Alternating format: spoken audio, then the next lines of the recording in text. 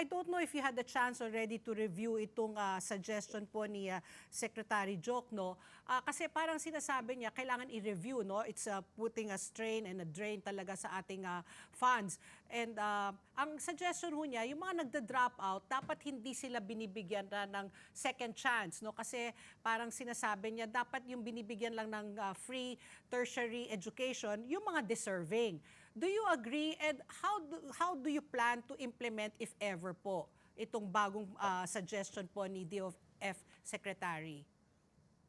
Miss Ali, Si ako Miss po Marty po actually, ito, sorry. rini-review ko rin po Oo. itong ating batas na ito. As a matter of fact, meron po akong isang proposal dyan na na-approve na po dito sa third and final reading dito sa Kongreso. Ito po yung pagbibigay ng tertiary education subsidy. Kailangan talaga po nating i-review itong batas na ito kasi importante po ito kasi merong mga provision na dapat nating iangat ito at yung iba naman kung pwedeng amendahin natin para maging epektibo itong ating panukalang ito na mabigyan ng tulong yung ating mga kababayan na makapag-aral at makapagtapos sa kolehiyo. Ngayon po, yung kanyang sinasabi, una, yung exam, ano po, ito po, ako po ay naniniwala na meron pong dapat exam, pero ang exam po dapat dyan, ang magbigay ay ang mga SUCs. Oo.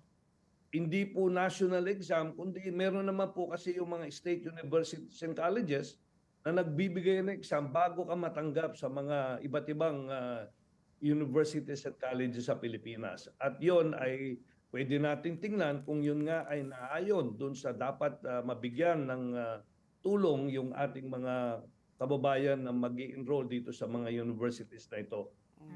Pero hindi ba gano'n naman yon ngayon? Gano'n yung kasalukuyang sistema na sila ay magiging scholar ng pamahalaan provided na ipasa nila yung entrance exam nung universidad o kolehiyo na kanilang papasukan. Like Di ba UPCAT. gano'n na yung kasalukuyang sistema, Kong?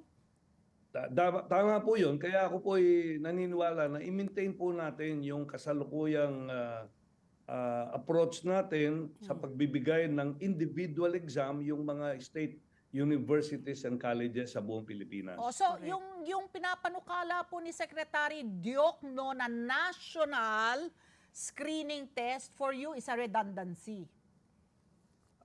Ang kailangan lang po natin may strengthen yung existing sistema natin ng iba't ibang SUC sa mga sa exam. Yun po yung aking paniniwala. Oo. I was going to ask Kong, ano ho ba yung rule or protocol? Pag isang college student nakapasok sa SUC, so libre na siya, pag nag-drop out siya for whatever reason, but he has second thoughts, he decides to go back to school, libre ba ulit ho yun? Or hindi na? Ano ba yung ano doon? Ano yung patakaran? Actually, wala po kasing maliwanag na guidelines dyan. Ang isa pang hindi maliwanag po dyan, yung pong mga estudyante na nag-change ng kanilang kurso. Shifting, opo. Shifting o yan.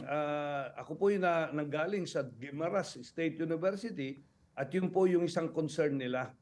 Kung bakit yun nga, walang maliwanag na guidelines kung sila'y tatanggapin pa at magiging libre rin ang kanilang pag-aaral kung sila'y mag-shift ng course.